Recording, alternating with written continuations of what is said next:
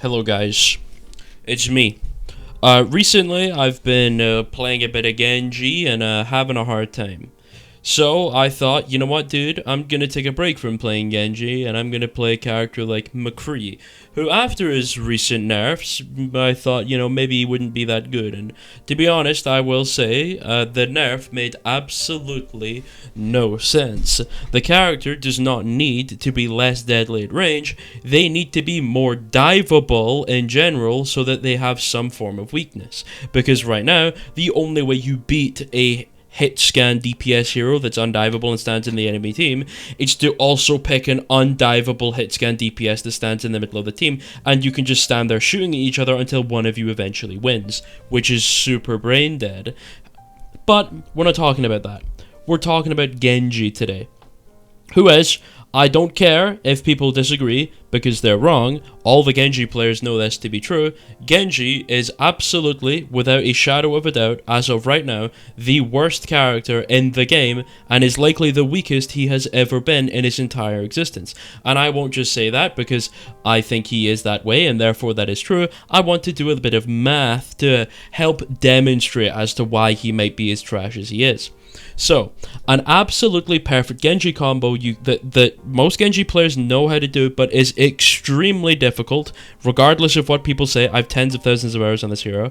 I know how to do the combo. I'm fairly good at it, and it's very, very hard. The combo is dash, right-click, melee. But your right-click, all three shurikens will obviously need to hit the enemy in the head. So, you will typically dash, right-click melee them in the face at the same time, and that does 252 damage, if done absolutely perfectly. The funny part is, if an enemy receives literally any healing whatsoever at all during this combo, they will survive. Any healing in the game, literally every healing ability in the game, a single tick of it is enough to save them. That's everything, because the combo, that is extremely difficult by the way, does 252 damage.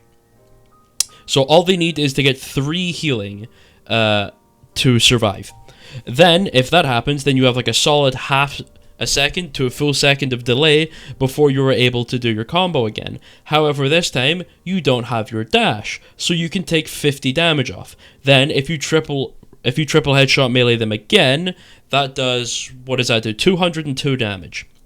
That is still not enough to kill someone. So, to play Genji, let's get this straight. To play Genji, you need to find an enemy target, wait for them to use all of their cooldowns that may be able to keep them alive, which is very unlikely. Not only this, find them out of position without those cooldowns. Not only this, you have to find them out of position to a point where their team is not able to help them.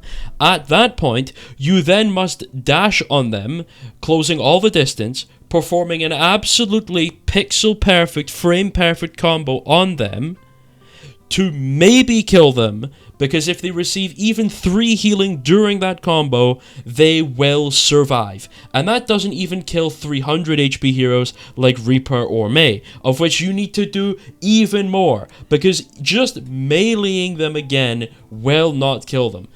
So already there, you can see that Genji is just simply completely unviable in the damage department. I mean, his damage is pathetically low.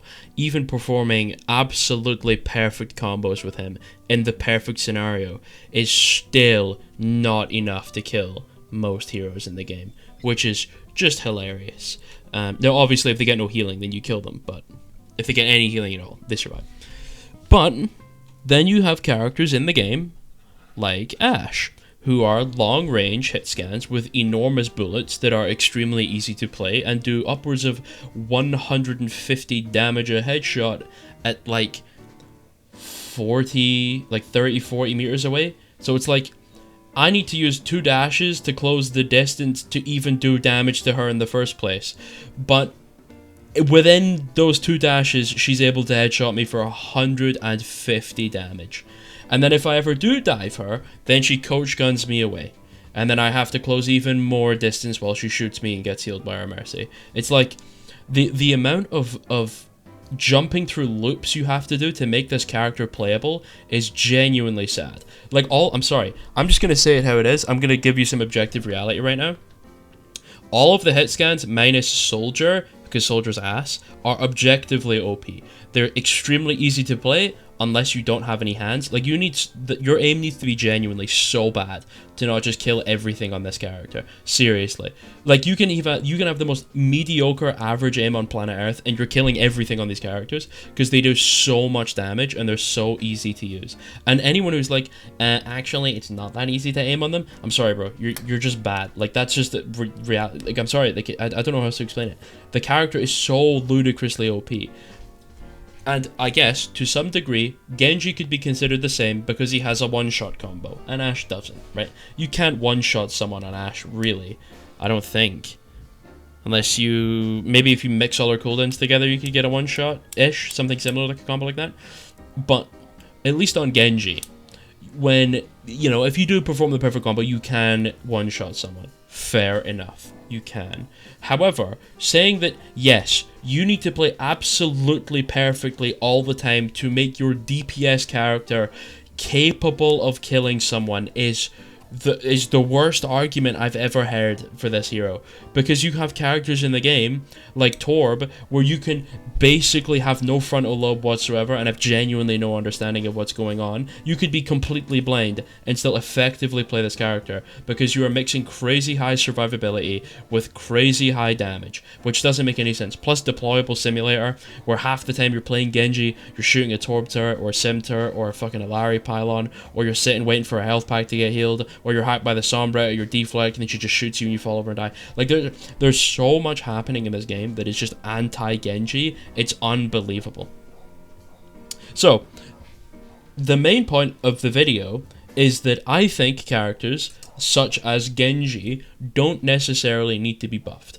I think Genji is absolutely atrocious, and he could do with some buffs. I would like if he was buffed, but I don't think he needs to be. I think the actual issue with Genji is not Genji himself, it is the environment that Genji is living in. For example, if you're playing Genji and you're against a Moira, especially a capable Moira, I'm sorry, that Moira player, now obviously a lot of support players are boosted, they'll hate to hear that, so typically speaking, in for example in GM Top 500, the majority of support players are not on the same level as the DPS and the tank players in terms of game sense or mechanics, so they're typically easier to abuse. But for example, if you're playing something like Genji against like a Diamond Moira player who's actually on the Diamond level in terms of game sense and mechanics and things like that, if you are that Diamond Genji player, I'm sorry, you're not killing that character. They have to be so trash at Moira to actually lose to you, it's unreal. It doesn't make any sense that I can be 20 meters away and then eating 65 damage per second on an aimbot beam, but if I close any distance to her at all, she's getting the lifesteal, she fades away, she throws a damage or healing orb to keep herself alive even more,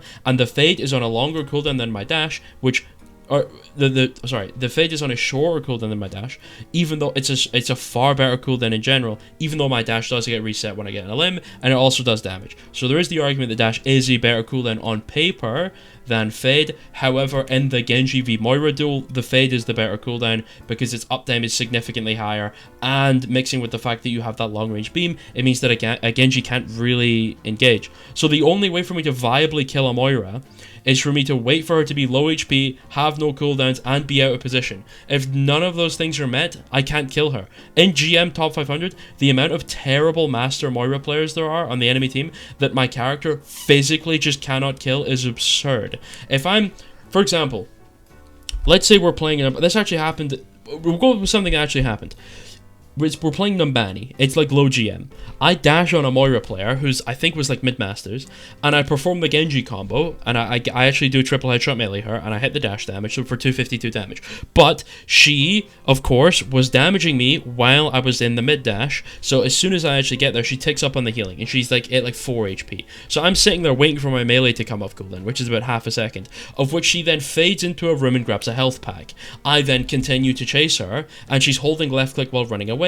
At that point, I'm a good like 10 meters away from this character, and she's just eating me alive with 65 damage a second, and she's getting all the lifesteal, which is annoying, but at least it can be remedied by the fact that I can leave and go for a different target.